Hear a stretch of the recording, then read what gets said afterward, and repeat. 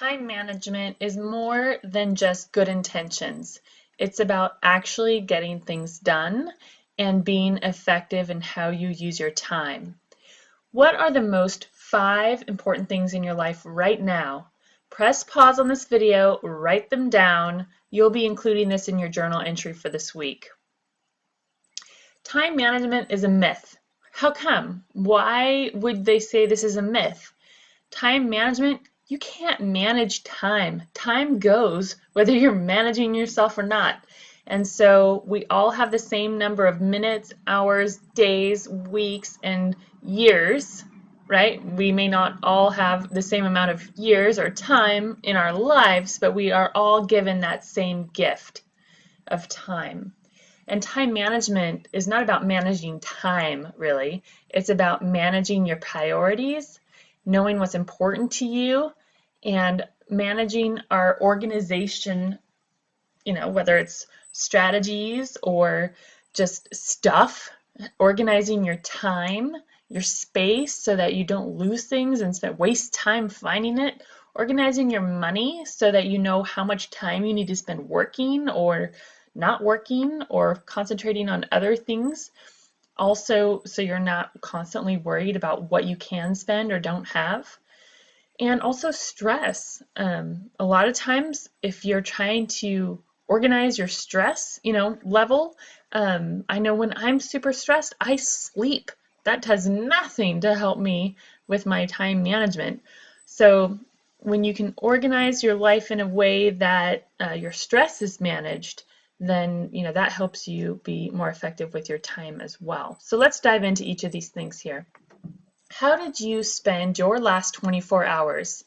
I also want you to pause, and on your notes page where you just listed those top 5 most important things, I want you to map out the last 24 hours. Start from wherever you are now and go backwards 24 hours and map it out. And then on your notes page, I want you to calculate how many hours you spent doing each of these activities or other things that weren't on that list. One of the most effective ways to manage your time is to actually be aware of how you are using it. If I were in a face-to-face class with you guys, I would actually have you do a time log for a whole week. So do that 24-hour thing for an entire week. Since I'm not with you face-to-face and it's hard to manage that, I'm actually going to give you extra credit for doing a time log for 1 week. So from the time you watch this video for 7 days, 24 hours a day, logging the time that you spend and how you calculate that out. If you can share that to me at the end of the week, I will give you a substantial extra credit. I'd say at least 25 extra points. That's at least 1 quiz, if not a few assignments. So if you're needing some extra credit, take the time to do the log. It will be an awesome tool for you to learn how to manage your time better. We did a core values assignment a few weeks back, and really understanding those 5 most important things, or those 2 or 3 or 4, however many you identified as those really important things, help determine those underlying motivations and helps you know why you're doing what you can do so you can do it better, or say no to things that don't line up to what's important to you.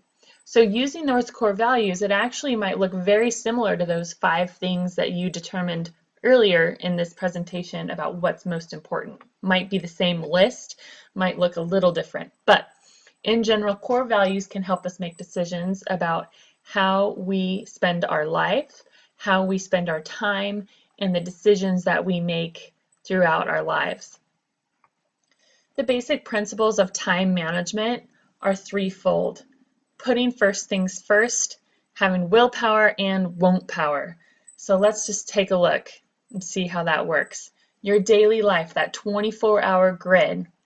All right, what are your most important things? What are those 5 most important things that you identified? And how does that line up with how you spent your last 24 hours? And then if you do the time log, you do the same thing. How does your week, you can even just look back over the last week, how does your time actually compare to what you say your priorities are? Those 5 things, or even your core values if they're different. How does it actually line up with how you spend your time? Some of you might be getting an A+ in this area, and you're right on spending all the time on those most important things. A lot of us find ourselves doing a lot of little menial things that might contribute to the bigger picture, but really aren't those priorities that we wish we were spending time on. That rocks and sand video that you guys are going to be watching this week comes right into this component. That's all I'm going to say about it. It's a great demonstration of how priorities and time go together. And I want you to stop right now, and if you haven't watched that video, watch it, and then you can answer these questions. What are your big rocks? What are your pebbles? What is your sand, and what's your water? What are those things that are really important to you, those big rocks? What are the pebbles that are important, you need to get done? You know, for me, it's responding to you guys on email, you know, to make sure that your questions are answered right away. What is your sand? To me, that's the stuff that makes life sweet, that you got to take care of, that you got to do, like cleaning the house, or you know, cooking dinner because you know eating is important, or you know, getting the oil changed in your car. You know, things that are important that you got to make sure you fit in there, but don't want to, you know, overwhelm the most important things.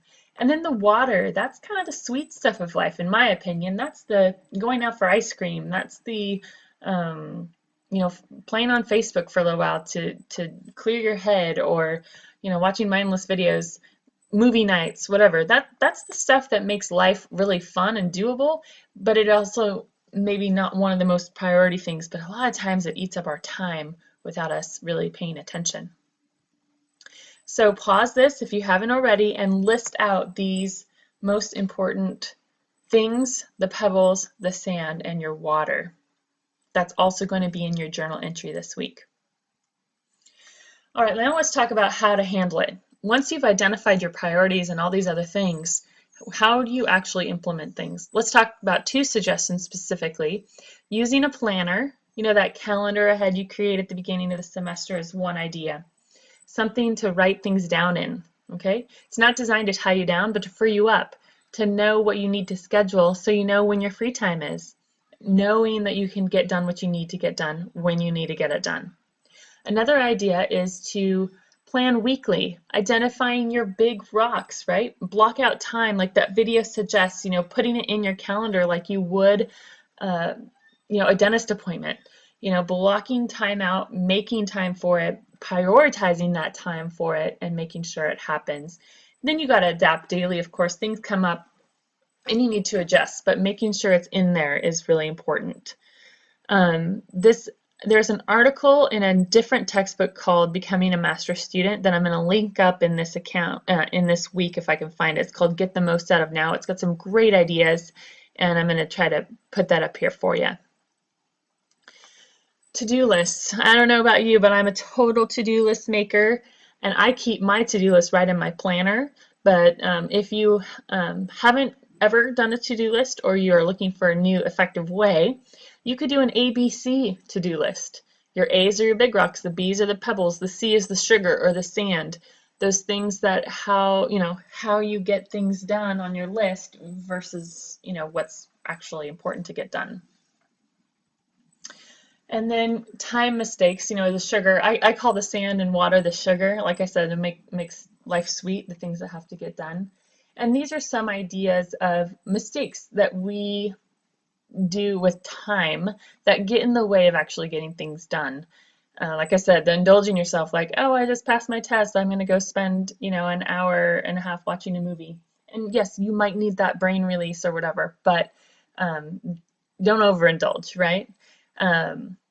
Reading for pleasure. I know when I start reading a book that's just super easy and fun, I'll read all day long and get nothing else done.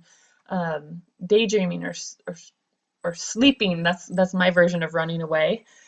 Doing everything but what has to be done, that's a common thing. You know, my desk is dirty, I got to clean my desk before I sit down and study, and then you get busy cleaning your desk and you never get to studying, right? And also all kinds of screens steal our time.